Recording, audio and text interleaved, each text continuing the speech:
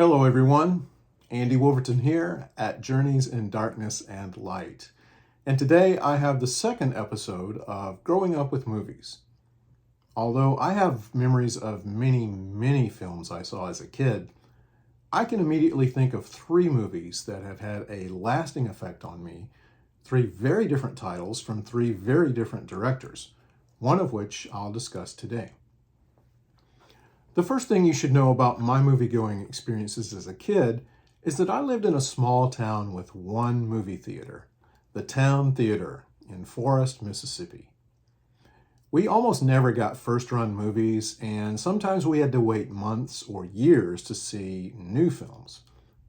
Bonnie and Clyde was released in 1967, but I'm 99% sure it didn't play at the town until at least a couple of years later. Plus, the town had a habit of bringing back popular titles on a fairly regular basis.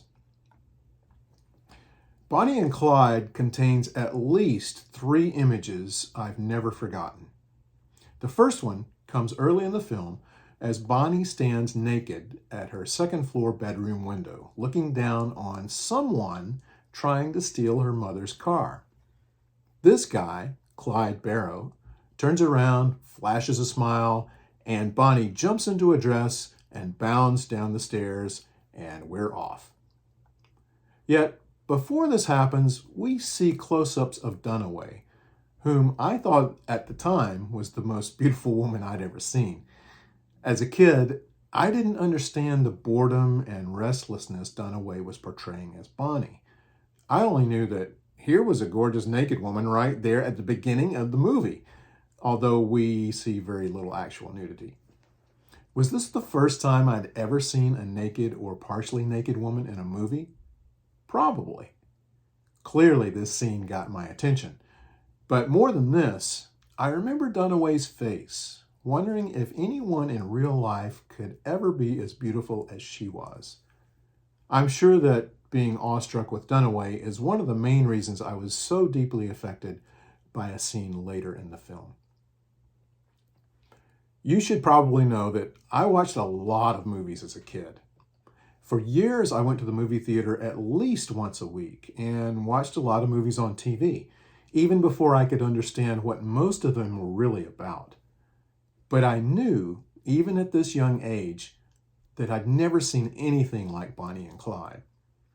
It wasn't a horror movie or a Western or a science fiction picture, all of which had certain elements that made me realize, even as a kid, that those films were make-believe.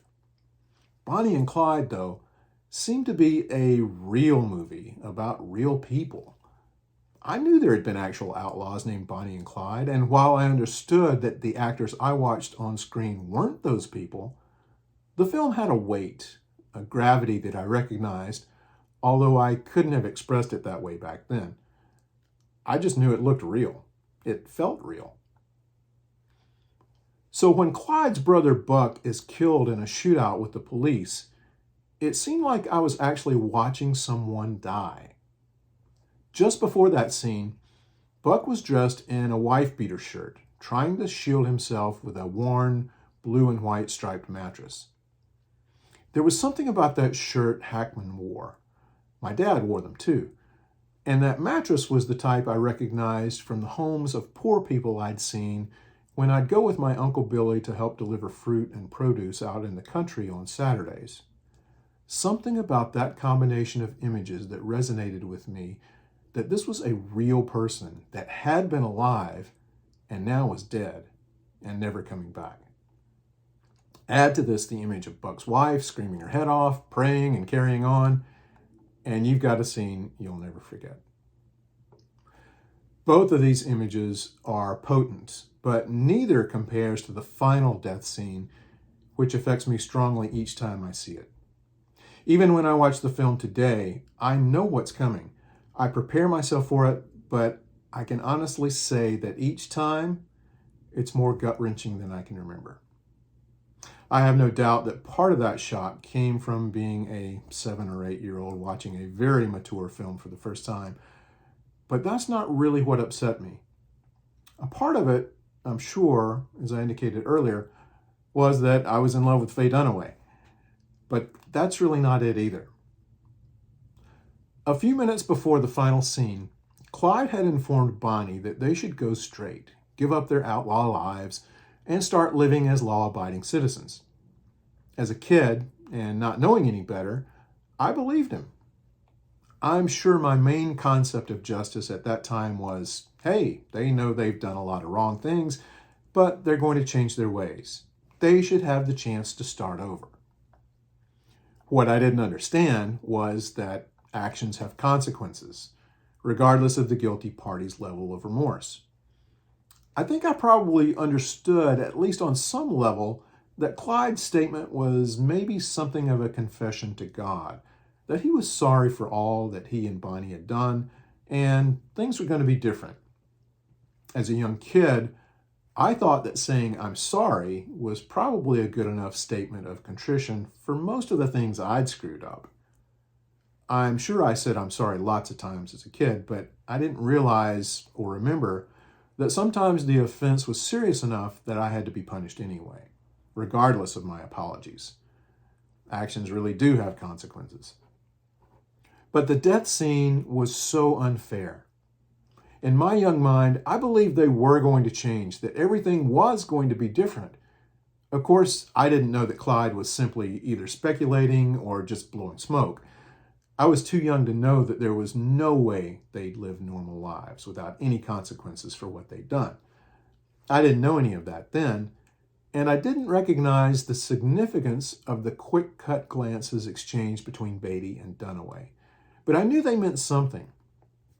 All of this happens in the space of maybe 1 second before all hell breaks loose. Then the bullets start flying, guns blazing at speed I'd never imagined possible. My young eyes were simply in awe of all the violence, the injustice, and also the fact that the shooting, which was very loud in a movie theater, seemed to go on and on and on, far past the point in which both characters are clearly dead. And then it ends. There's no, well, we had to do it, speeches from the authorities. No, I wish it hadn't had to end this way. Nothing. As a kid, I needed someone to explain this travesty to me, but no one did. As an adult, the scene still chills me. It reminds me of obvious lessons, such as actions do have consequences, and that there's always a price to be paid for wrongdoing. But there's more to it than that. The death scene in particular, and Bonnie and Clyde in general, taught me that movies, at least some movies, have the power to affect us deeply, and maybe even change our lives. I'd never really thought of movies in that way, but I've never stopped thinking about them since. I call this series Growing Up with Movies, and maybe movies do help us grow up in a manner of speaking. For me, Bonnie and Clyde certainly did.